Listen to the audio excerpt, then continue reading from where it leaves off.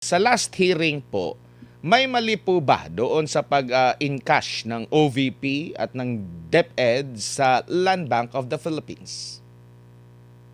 Base sa proseso at inamin rin no, ng dalawang bank managers, wala pong illegal na nangyari. No?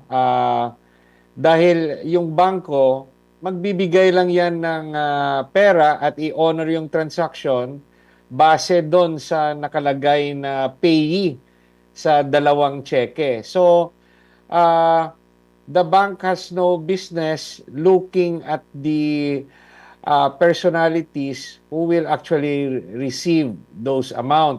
For as long na patunayan na yung nagbabayad o yung depositor nila ay nag-authorize na ibigay yung pera sa payee concerned. So, insofar as those particular transactions, one for the office of the Vice President and the other one is as Secretary of Education, yung dalawang transaksyon yon ay legal. At inamin rin ito ng dalawang witnesses. Kung ito po ay legal nga, maaari bang maglagay ng parang intriga, magpalutang ng intriga ang mismong mga dating land bank managers ukol nga po dito? Bakit hindi na lang diretso na walang illegal, tama ang proseso? Kasi nandun yung mga salitang unusual. Intindihin natin na ito'y impeachment trial.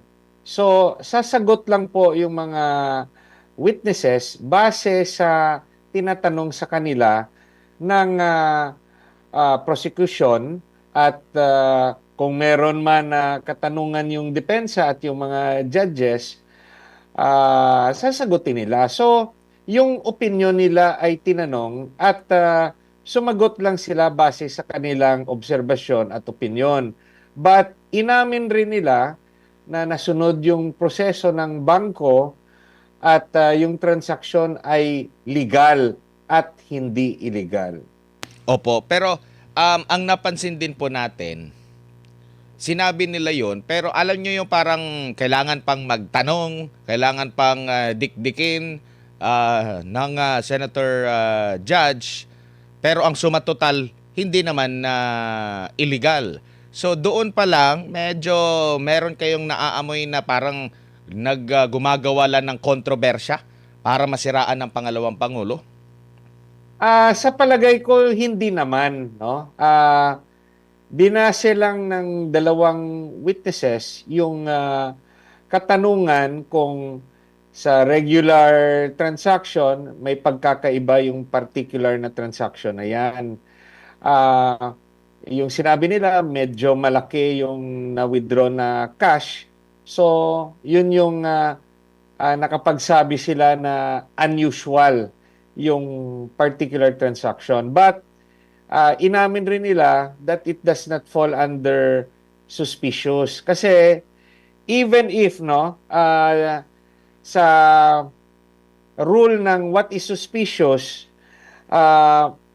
nakalagay no na any circumstance relating to the transaction which is observed to deviate no to the profile of the client or to the past transactions of the client or the covered person, isa ito no sa classification ng what is suspicious transaction.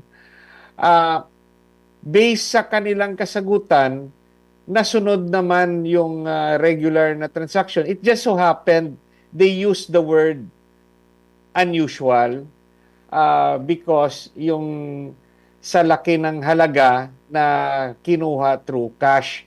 But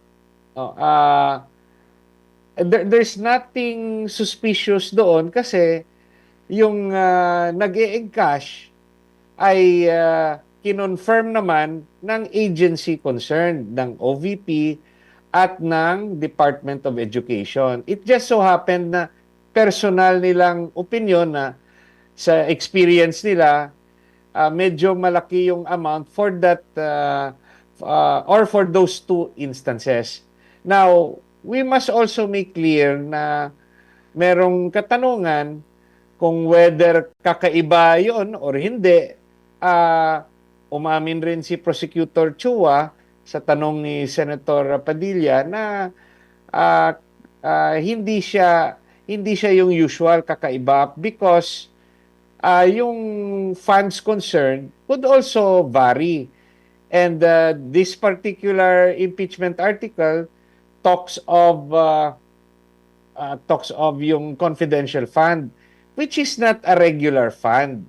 When you talk about confidential fund, siyempre, uh, yung understanding natin dyan, hindi lahat ng opisina na bibigyan ng confidential fund. And this particular fund, when binibigay ito sa mga confidential agents, hindi naman to binibigay na may cheque. Bagkus yung understanding is it should be in cash. So ah, yung transactions na yan, it can be explained. Yung trabaho lang naman ng mga taga-bangko, ah, malaman nila na talagang may permiso yung agency concerned for those amounts to be encashed by the authorized payee. So, yung payee, insofar as the bank is concerned, titingnan lang nila yung pangalan na nakalagay sa cheque. They have no business already inquiring kung ano ito dahil nga this is a government offices and Land Bank is also a government office. So it was not classified by those two bank managers as suspicious. Opo. Pero sa tingin niyo po, mabigat ba ang testimonya nitong dalawa laban sa pangalawang Pangulo? Kung titignan natin, yung defense counsel hindi na nga nag cross-examination, no, na talagang tinanong. In fact, nagkaroon pa ng admission para ma-expedite yung testimonya ng dalawa. Kasi there was no question as to the legality of the transaction as admitted ng dalawang taga-bangko. Probably sa mga susunod na witnesses, doon malalaman ng prosecution at ma-explain ng defense at malalaman rin ng judges regarding the use of those funds, no. But insofar as those particular two witnesses are concerned, yung ginawa nila is very objective. Merong kliyente na gustong kunin ang pera na nakaimpok sa bangko. May dalawang cheque, may nakalagay na payee. The bank confirmed, no, from the usual communication line nila kung totoo ito. It was confirmed. Yung pirma ng signatories ng cheque authorized based sa bank record.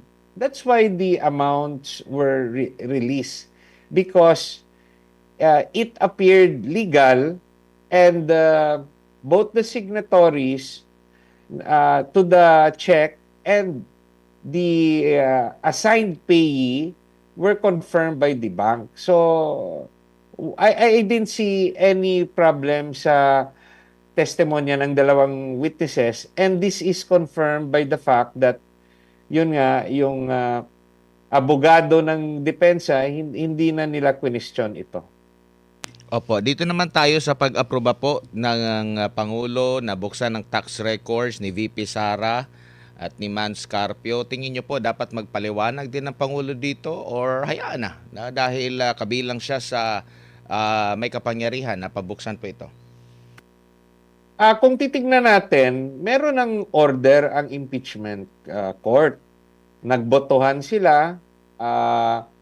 or hindi openly na nagbotohan, merong ruling yung presiding officer si Senator Escudero, tumayo si Senator Padilla, question niya ito, mag-isa lang siyang tumayo, pero nalaman natin na the next day, merong mga written manifestation, yung ibang senador, yung sa pagkakalam ko, yung si Senator Cayetano, si Senator Camille Villar, Senator Amy Marcos, parang yan yung mga nabalitaan ko na they question the ruling of presiding officer Senator Chis Escudero.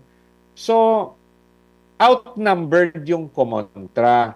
And because there is that decision of the impeachment court, even, I personally believe, no, personal ko tong paniwala, even without the approval of the president, no,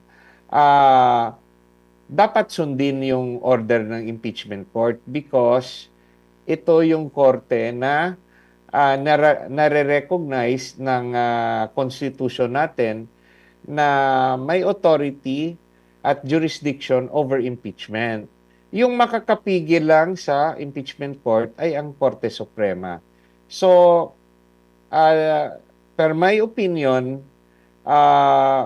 irregardless whether may approval or wala si Pangulong Marcos, nag-order na yung impeachment court, kailangan sundin. Otherwise, the court has the authority to cite in contempt yung mga hindi susunod sa kanilang order.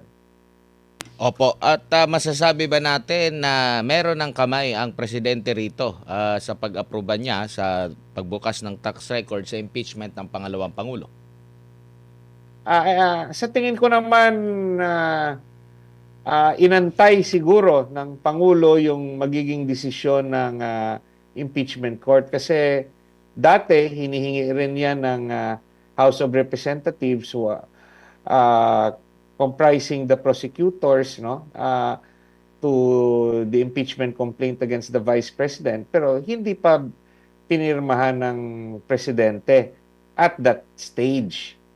It was only after the decision ng impeachment court na nabalitaan natin sa news na pinirmahan ng presidente. So, to my mind, it doesn't matter. Now, there's a pending challenge in the Supreme Court tungkol sa bagay na yan. Yung sabi ko nga, only the Supreme Court can stop the order of the impeachment court.